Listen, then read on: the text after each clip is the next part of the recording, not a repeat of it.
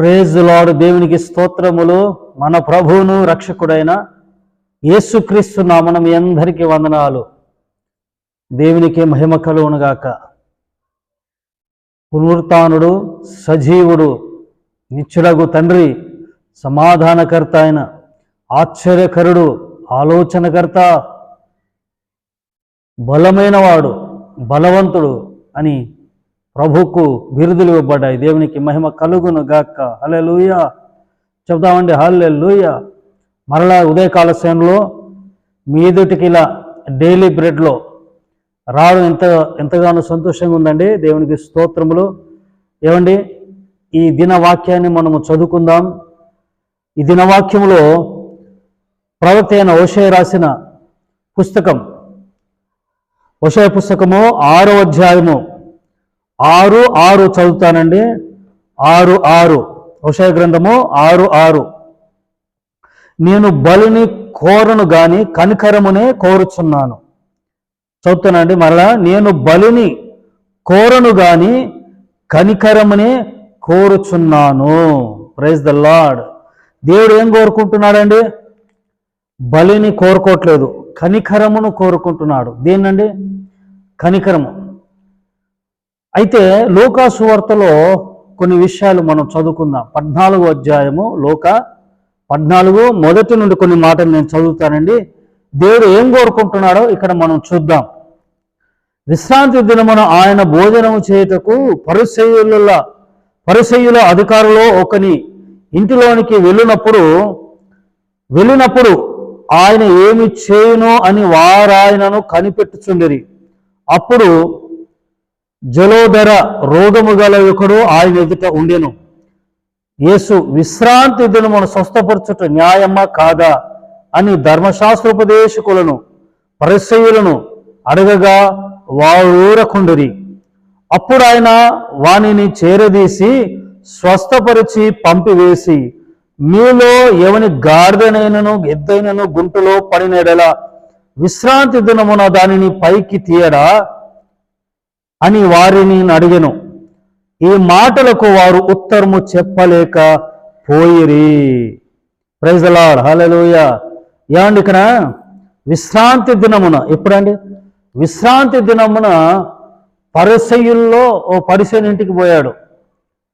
పోతే అక్కడ ఉన్నటువంటి ధర్మశాస్త్రోపదేశకులు పరిసయ్యులు ప్రశ్నిస్తున్నారు. ఏమని ప్రశ్న అంటే, అయ్యా, దానికి ముందుగా ఏం జరిగిందంటే, జలోదర రోగం గల ఒకడు ఆయన ఎదుటకు వచ్చెను. ఆయన ఎదుట ఉన్నాడండి. యేసు, విశ్రాంతి దినము స్వస్థపరచుట న్యాయమా కాదా అని అడిగాడు. ఏంటి, ఓ రోగి వచ్చాడు. రోగిస్తే అక్కడ గుమ్ముగుడు అక్కడే ఉన్నారు, చుట్టూతో అక్కడే ఉన్నారు. ఎవరు? పరిసయ్యులు, ధర్మశాస్త్ర ఉపదేశకులు, శాస్త్రులు అక్కడే ఉన్నారు. అయితే ప్రభువు ఏమంటున్నాడు? వాళ్ళ ఎదుటే వారిని పట్టుకొని, ఇదిగో విశ్రాంతి దినమున, ఎప్పుడండి? విశ్రాంతి దినమున స్వస్థపరచుట న్యాయమేనా? మరి విశ్రాంతి దినమున ఏంటండి? మౌనంగా ఉండిపోవాలి అందరూ. విశ్రాంతి దినం ఏ పనులు చేయకూడదు. విశ్రాంతి దినం పోయి, అలాగే ఏమండి, ఆ పాడి కూడా పాడి కూడా, పశువులు కూడా మేత వేయకూడదు. పశువులు కూడా ఉపవాసం ఉండాలి. ఆ రోజున స్టవ్ పోయే వెలించకూడదు. ఆ రోజున పూర్తిగా విశ్రాంతిలో ఉండాలి. విశ్రాంతి దినం ప్రభు దినం కాబట్టి దైవ సన్నిధికి వెళ్ళాలి. అలాగే ఇంట్లో కానీ అలాగే బయట కానీ ఏ పని పెట్టుకోకూడదు. ఆ రోజున ఏ పని చేయకూడదు. విశ్రాంతి దినమున అందరూ ఆ ఆచారాన్ని పాటించాలి. అయితే ప్రభు ఏమంటున్నాడు ఇక్కడ? ఏమంటున్నాడంటే, విశ్రాంతి దినము స్వస్థపరచుట న్యాయమా కాదా అని ధర్మశాస్త్రోపదేశకులను పరిసయ్యులను అడగగా వారు ఊరకుండిరి. అంటే మౌనంగా ఉన్నారంట. విశ్రాంతి దినమును స్వస్థపరచకూడదు, విశ్రాంతి దినం ఏ పని చేయకూడదు, స్వస్థపరచకూడదు అన్న ఆలోచనలు వారిలో ఉన్నాయి, వారి బుర్రలో ఉన్నాయి. పరిసయ్యుల బుర్రలో, ధర్మశాస్త్రపు హృదయాల బుర్రల్లో ఉన్నాయి. అంచేతే వీరు అడగకముందు ప్రభువే వారిని అడిగాడు. అతడు అంటూ ప్రభు అంటే అక్కడ ఏమని?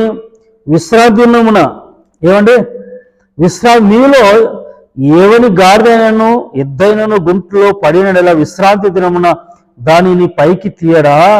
ఏమండి విశ్రాంతి దిన ఎద్దే కానీ ఏమండి పశువే కానీ ఏదైనా పశువు గుంటలు పడిపోతే అది చనిపోద్ది. చనిపోయే పరిస్థితుల్లో ఉంటే చావనే సిద్ధం ఉంటే ఏమైనా గుంటలో పడితే బ్రతికొట్టదండి? చచ్చిపోదు. మరి ఆ దాని చావును మీరు చూసుకుంటే అలాగే విశ్రాంతిని అంట అలాగే దాని చావును కల్లారో చూస్తారా, లేక అయ్యో జాలిపడి పైకి తీసి దాన్ని బ్రతికిస్తారా అని అంటే, విశ్రాంతి దినమునకు ప్రభు ఆయన ఏమండి విశ్రాంతి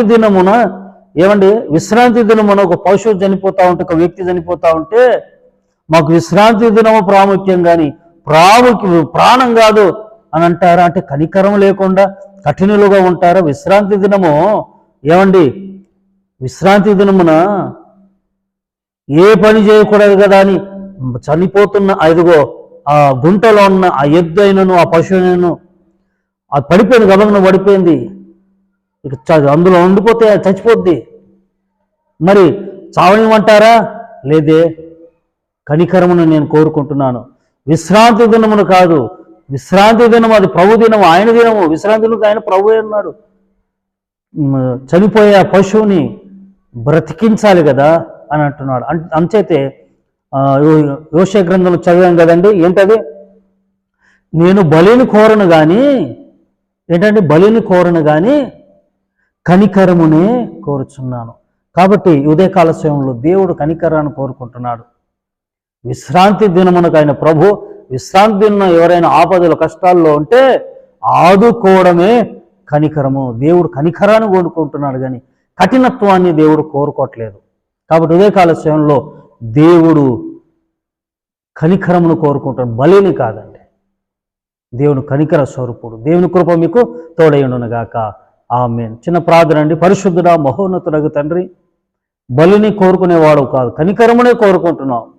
విశ్రాంతి దినము కాదు ప్రాముఖ్యం, కానీ ఎదుగో గుంటలో పడి ఉన్న చావనే సిద్ధం ఉంటున్నట్టు, చావు సిద్ధం ఉంటున్నట్టు ఎదుగో ఆ పశువును ఆ పశువును కాపాడాలి, ఎదుగో ఆ రోగిని బాగు చేయాలి అనే ఉద్దేశంతో ఎదుగుతండి విశ్రాంతి దినమున కనికరించావు. విశ్రాంతి దినమున కృప చూపినందుకు వందనాలు తెలియజేస్తూ మీ ప్రియబిడ్డలను దీవించి కనికరపడి కనికరముతో నింపమని యేసు నామమున ప్రార్థించి వేడుకుంటున్నాను తండ్రి.